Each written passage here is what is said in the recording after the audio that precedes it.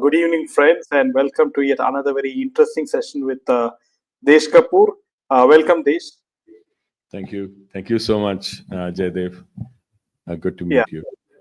yeah. So, coming to today's first point is everyone is quite surprised, with the way we have a new mayor in New York, and his name is Zoran Mamdani, and apparently Alex Soros is one of his biggest fans, and it's no surprise that Alex Soros.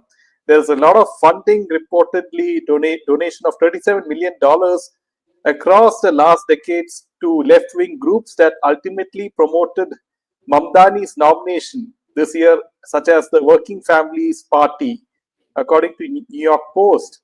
Also, Deshi, what points to be noted is, he's anti-BJP, he's anti-Modi, he's anti-Israel, he's far left-wing. So he's the ideal person which, the likes of George Soros and Alex Soros, they like to see. Right, exactly. So I think it was it's a big deal that Zohran Mamdani has become the mayor for the New York, and the reason is because of the backers. Like you said, $37 million has been pumped by George Soros through different organizations, right?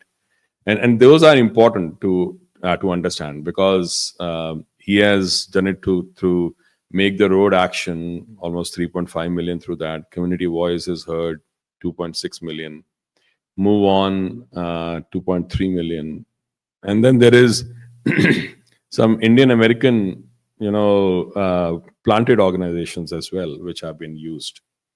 And in all this, Mamdani was actually guided by Patrick Gaspard, who was a former Open Society Foundation president. So the fingerprints of George Soros and the Soros organization are extremely strong in whatever has happened with Mamdani's campaign. But Soros was not the only one who had funded him.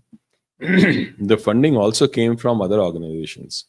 Like, for example, the Islamist organizations, CARE, which is Council on American Islamic Relations. Like it is supposed to be the American, arm of a Muslim Brotherhood. They gave $120,000 from the Unity and Justice Fund.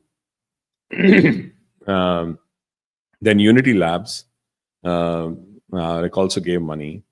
And there are, some Chinese government, Communist Party linked, companies as well. Like you were saying, App Lovin is there, which has been promoted by Chinese nationals who have CCP linkages, ties. And then there is ICNA. So ICNA, we have to understand, ICNA has a very strong ties to Jamaat-e-Islami. So it was actually promoted by, in its like initial version, it was actually promoted by Maulana Maududi. Now, I think we have discussed this earlier as well in other, situations. What has happened is that Maulana Maududi was the person who was actually chosen by Muhammad Iqbal, who had written Sare Jahan Se Acha. He was the one who was chosen by Muhammad Iqbal to write the commentaries on Quran. Excuse me. So Maududi wrote, those commentaries, which became the basis of the entire jihadi, work within the subcontinent. And Maulana Maududi and Hassan al-Banna and Sayyid Qutb had a very strong, interaction. So Sayyid Qutb and Hassan al-Banna were the main fountainheads, ideological fountainheads of the entire jihadi narrative, within Middle East. Yeah, because both were from Egypt, and they both were the founders of Muslim Brotherhood. So there was a very strong interaction between the Muslim Brotherhood Foundation, founder members like within Egypt, and Maulana Maududi. Maulana Maududi was the one who actually created the ICNA, like ICNA's original this thing.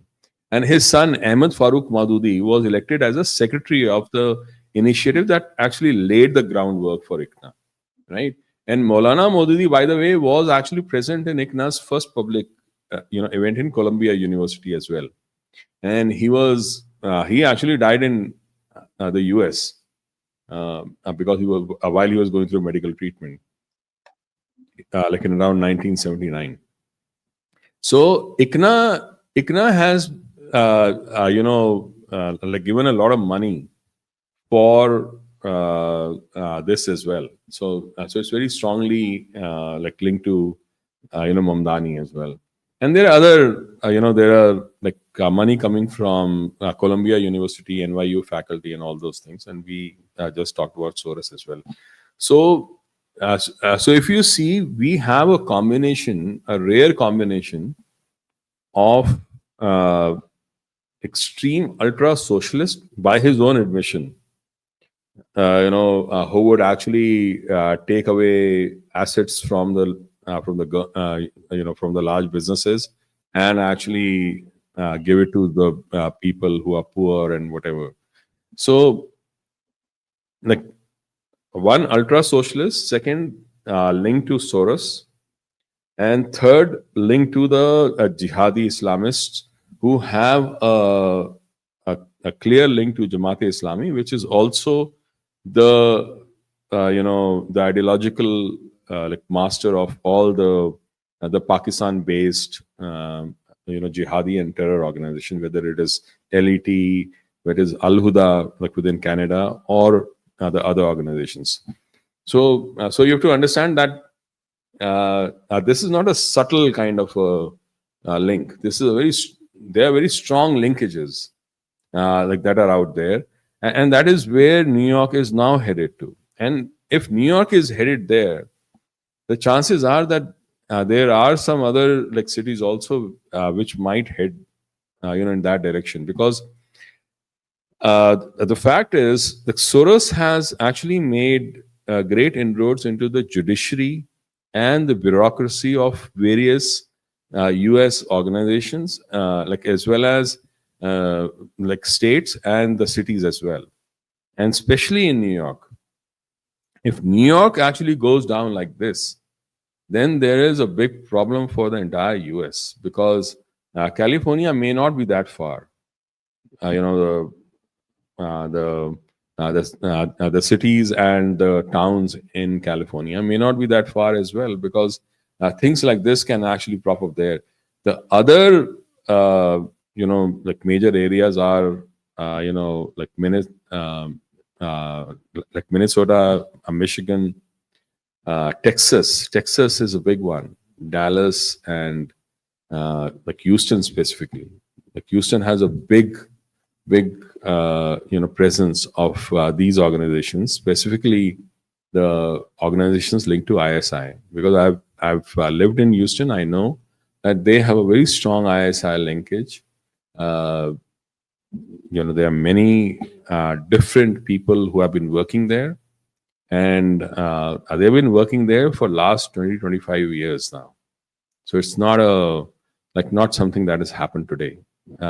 This work is going on for last 25 years, at least in Houston, that I know.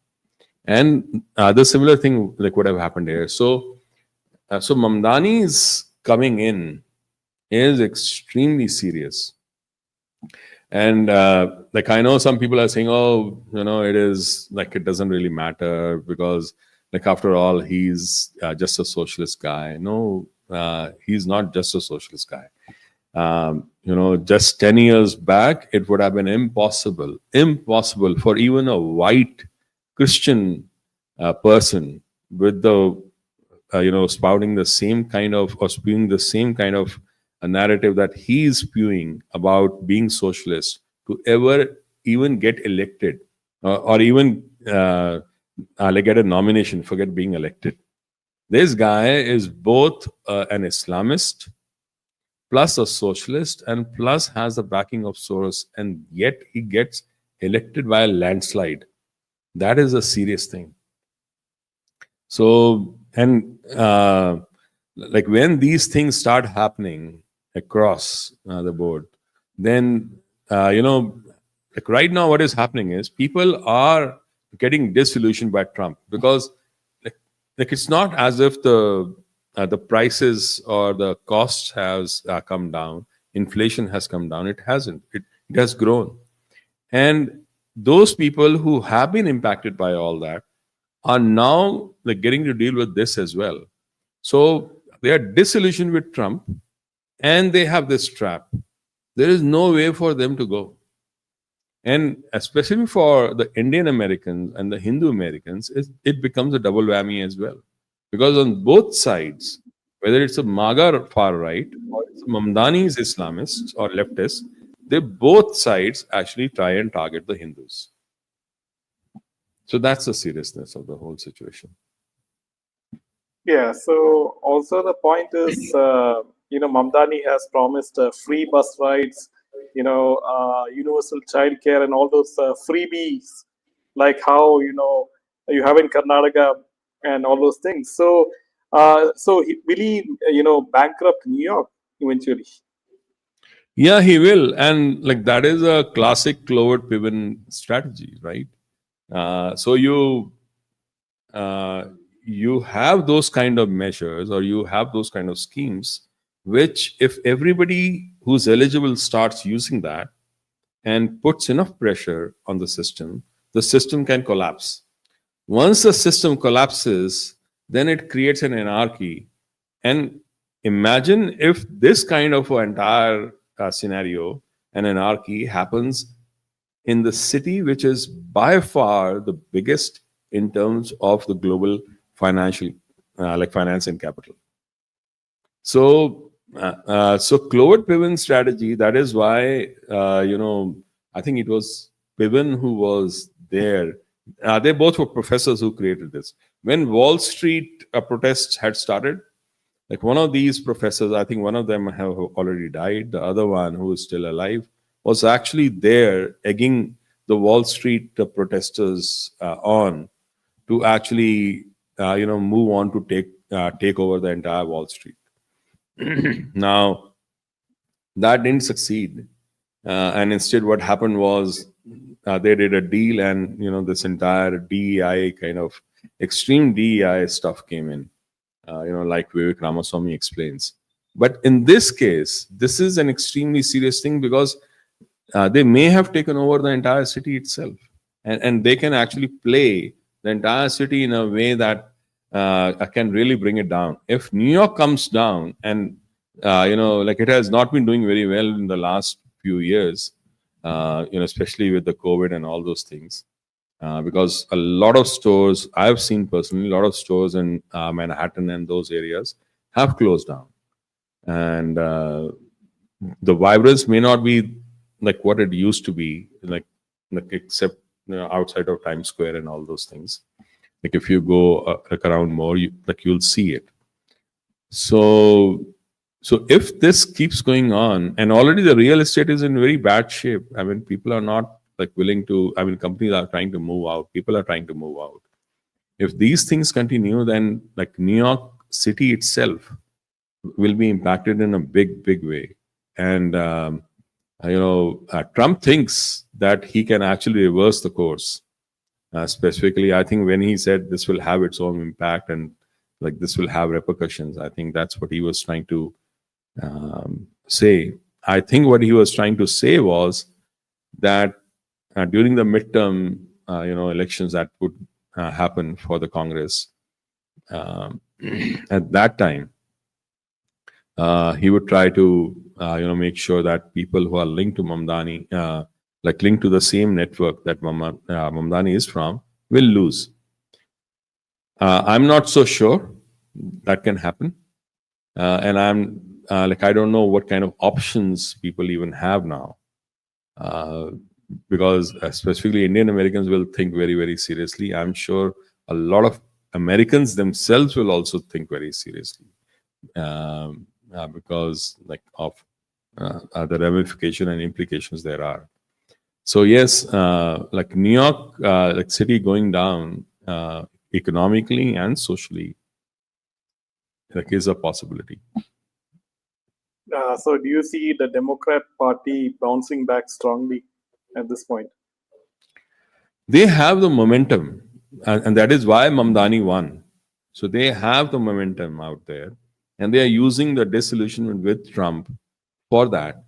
Unfortunately, the repercussions of where this um, the entire movement and this whole like moving away from Republicans and moving towards the Democratic Party, when those like repercussions actually show in, then by then it'll be too late.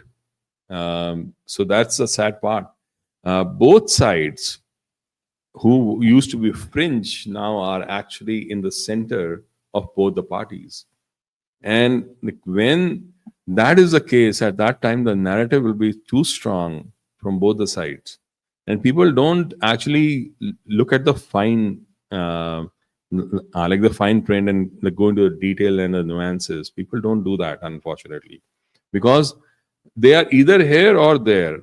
If you are here, you have to say everything is like villainous about this, and like we are just great angels, and the vice versa. But the thing is, both are like are an anathema or a curse like to this society right now. This society cannot function like this. Uh, America for most part has always been centrist.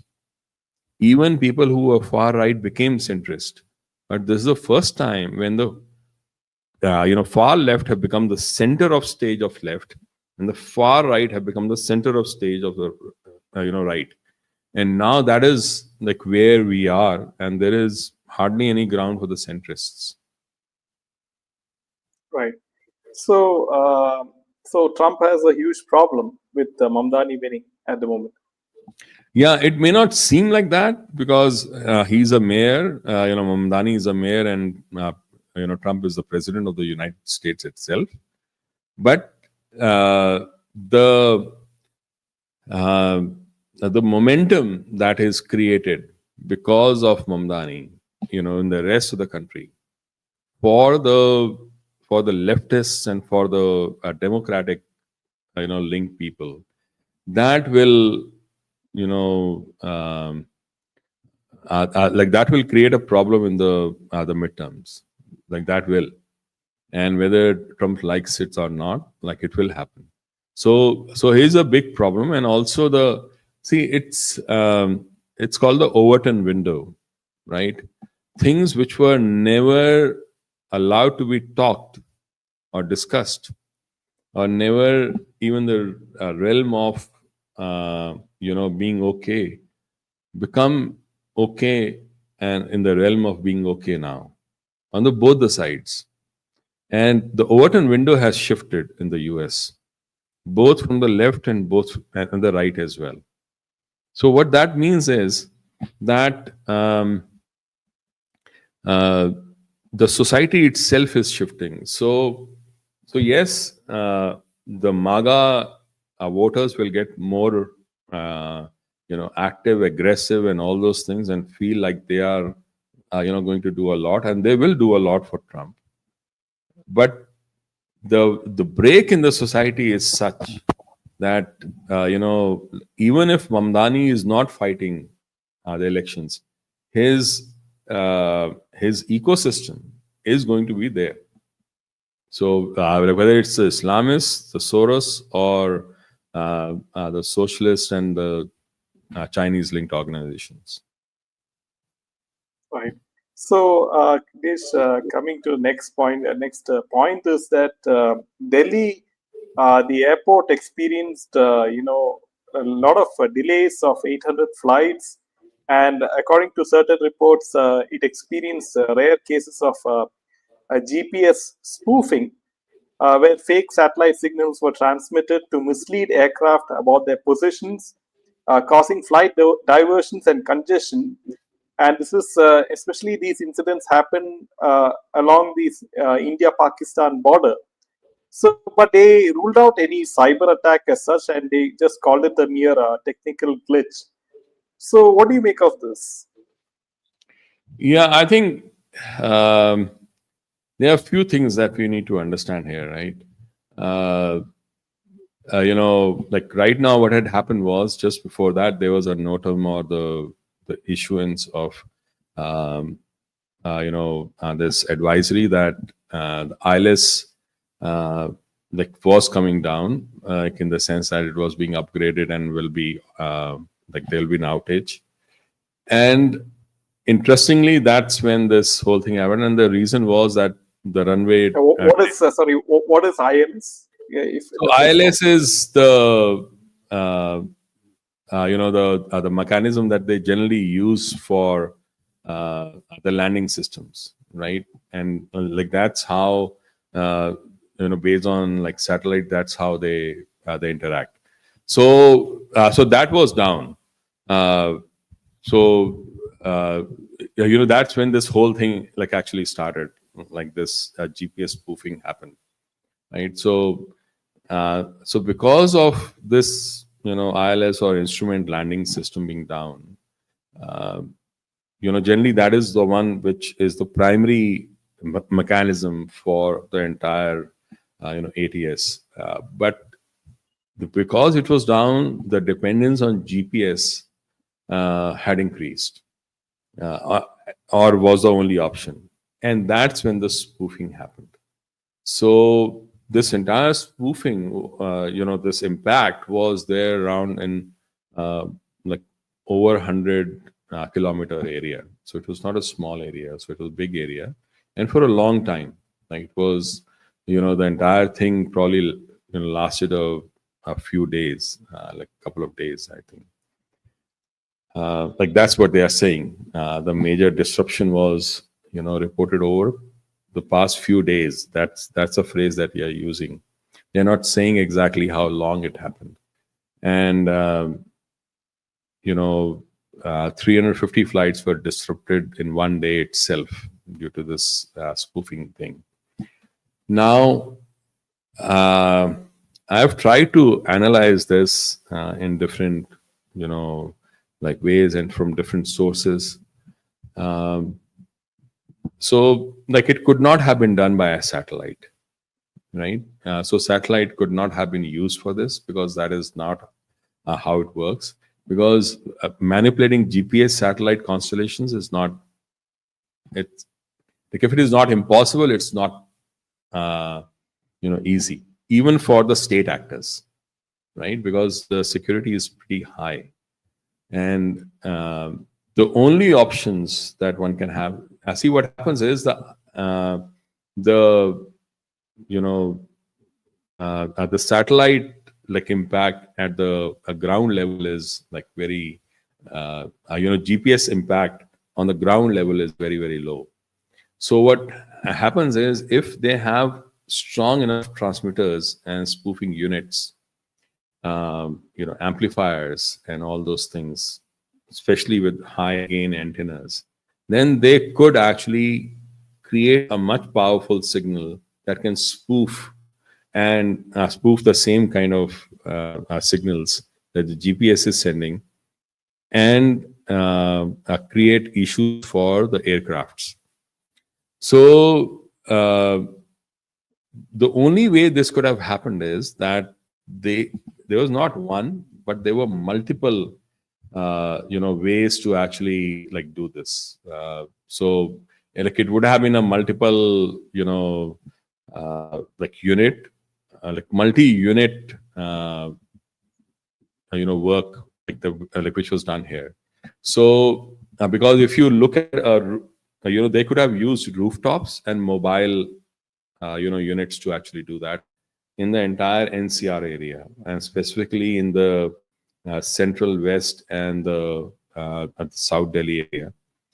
Because if you use a rooftop, you can actually and if you have strong enough signals, then you can cover around 20 kilometers or so. But if you have a tall tower, um, you know then you can actually cover around 60 to 70 kilometers of area. So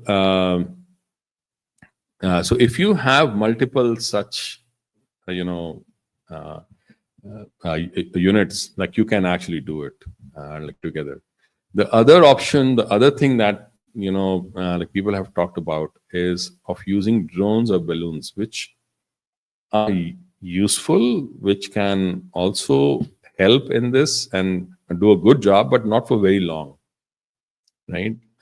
So that's like one issue with that.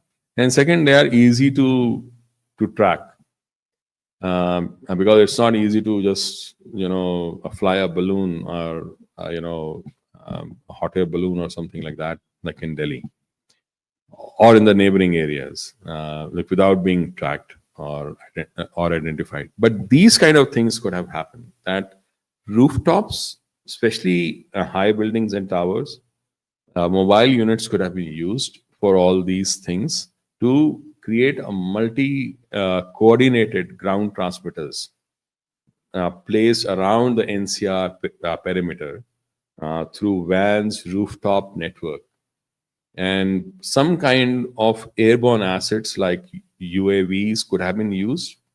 Um, you know, but it could, that would like still be dicey. But like what I would say is either a very good coordinated ground transmitter, a network could have been created, plus airborne kind of like a loiterer system, with UAVs and things like that.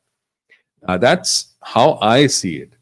Now, like one of the like interesting comments which was brought out was like in one of the analysis was that it since the NOTAM was actually placed earlier for ILS, it could have been a decoy just to try and bring these people out so that they could be tracked. I believe that is a good way to actually look at it.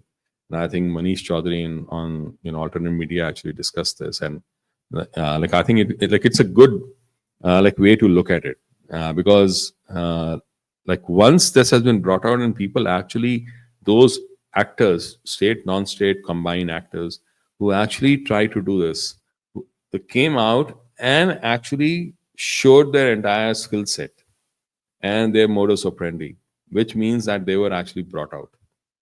So once they've been brought out, they can be tracked, they can be identified, and they can be neutralized.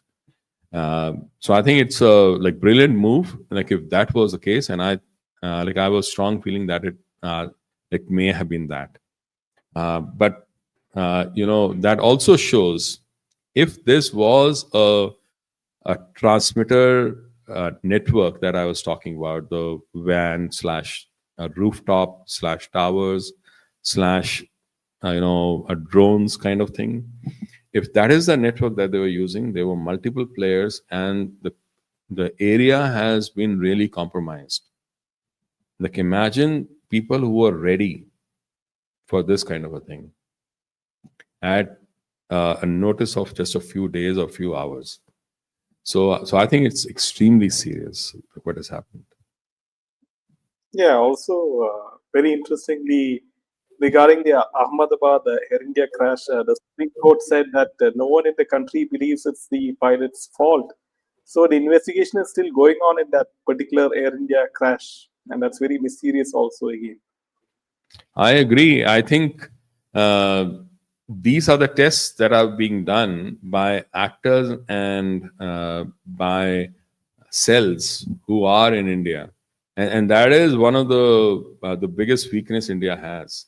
That these cells operate within India and can actually create a lot of damage because they have all the equipment that they need, which is interesting. And this equipment is quite strong, quite good, and it can be used to do a lot of things. Now, whether that equipment is Chinese made, US made, Turkey made, like one doesn't know from where it came, how it came, how it was procured, who gave it. But like one thing is sure that there are people and their equipment of very, very high grade within India, which are being used. Hopefully, the government would have actually identified a lot of those people, a lot of that equipment, and neutralized that now. Yeah, I mean, like, one has to wonder whether, people like, especially the VIPs and very important people in India, are they safe, when it comes to flying? One always wonders. Right.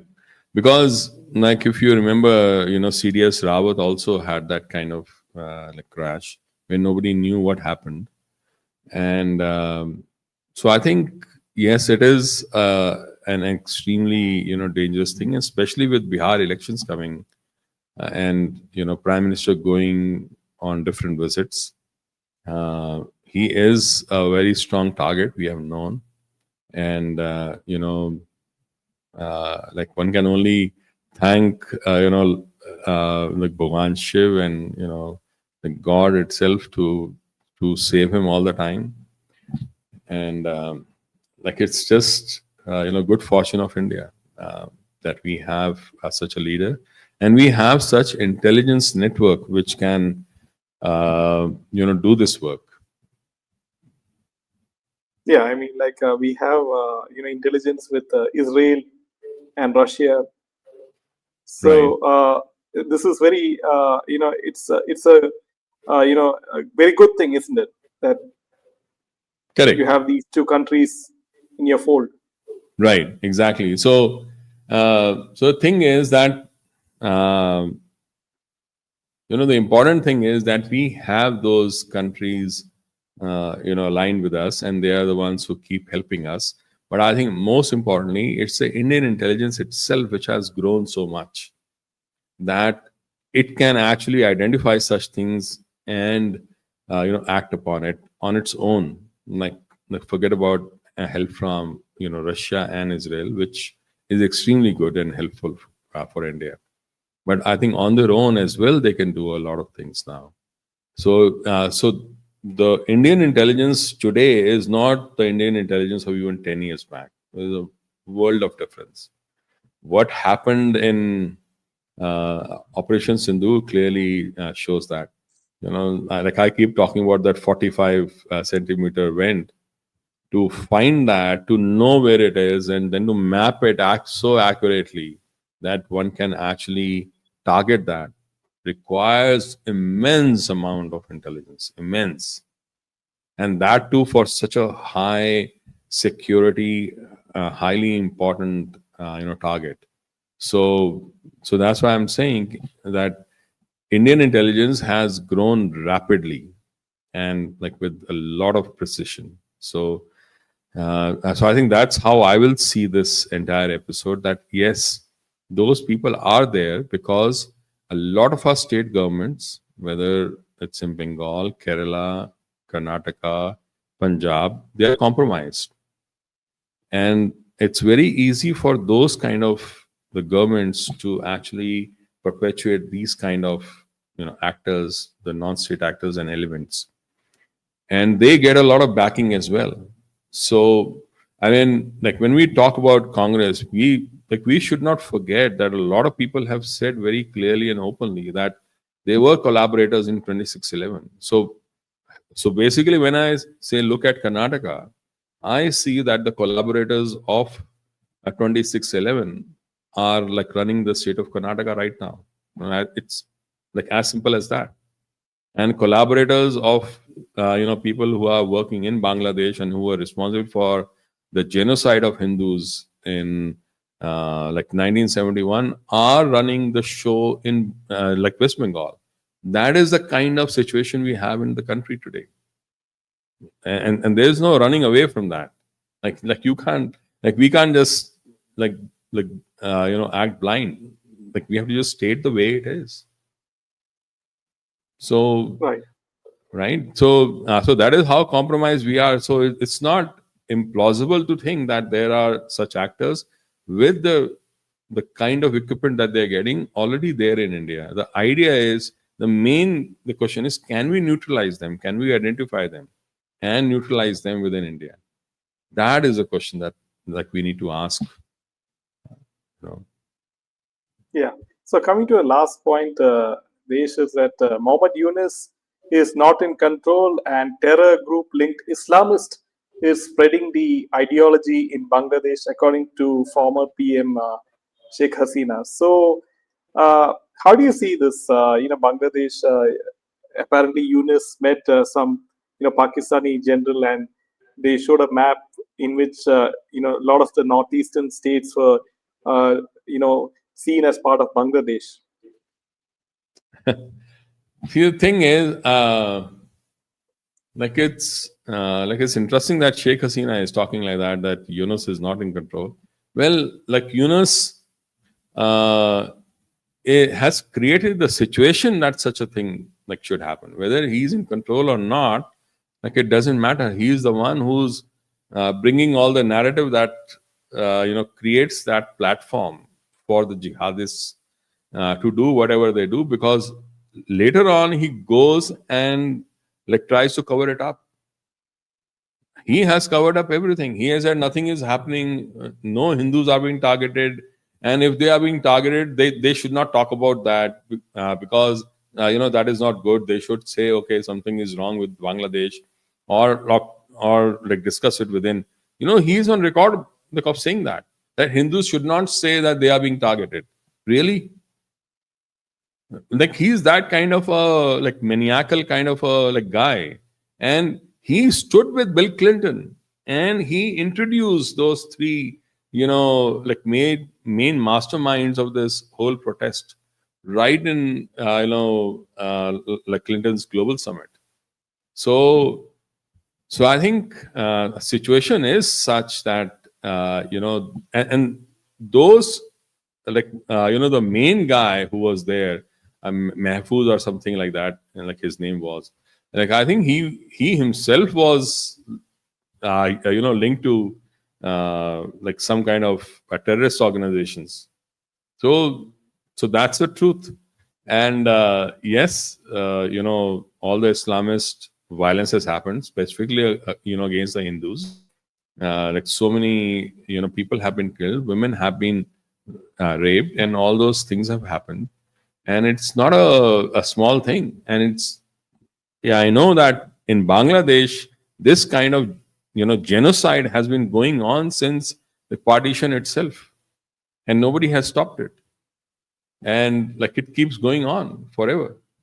Uh, and unfortunately, Clintons and the rest of the people chose to align with a person who would actually go ahead and continue with all that, and take out a person like Sheikh Hasina, who was trying her very best to actually bring those Maulanas and like muftis to justice, who actually did all those genocides in 1971. But like that is the kind of situation we are in, because and the fact is, it's not that Sheikh Hasina was fastest or something like that. Yes, she was corrupt, but so are many other corrupt. Who in the American politics has not been corrupt? Like you look at when they come, what's their net worth, and when they leave, what's their net worth? It's 100 times or 200 times or whatever it is. And so to say that okay, Sheikh Hasina was corrupt, so that means you'll keep on throwing out everyone who's like that. Should somebody have thrown out Clinton or Trump or Biden, because Biden made a lot of money? Biden should have been thrown out. So somebody should have come and said, okay, like we want to throw out, and like Russia could have done the same thing. So would that have been justified? No. But that is how it like works with these people. So so this entire way of working needs to stop. But they have done that, and they have created a cesspool of jihadis within Bangladesh, and it continues even to this day. So, so I think we should, raise our voice. I think people in India should also raise the voice about what's going on. Well, Desh, that was a wonderful session, and we will see you again next week. Thank you for coming. Sure. Thank you so much. Yeah, Jai Hind and Jai Shri Jai, Ram. Jai Shri Ram. Jai Hind.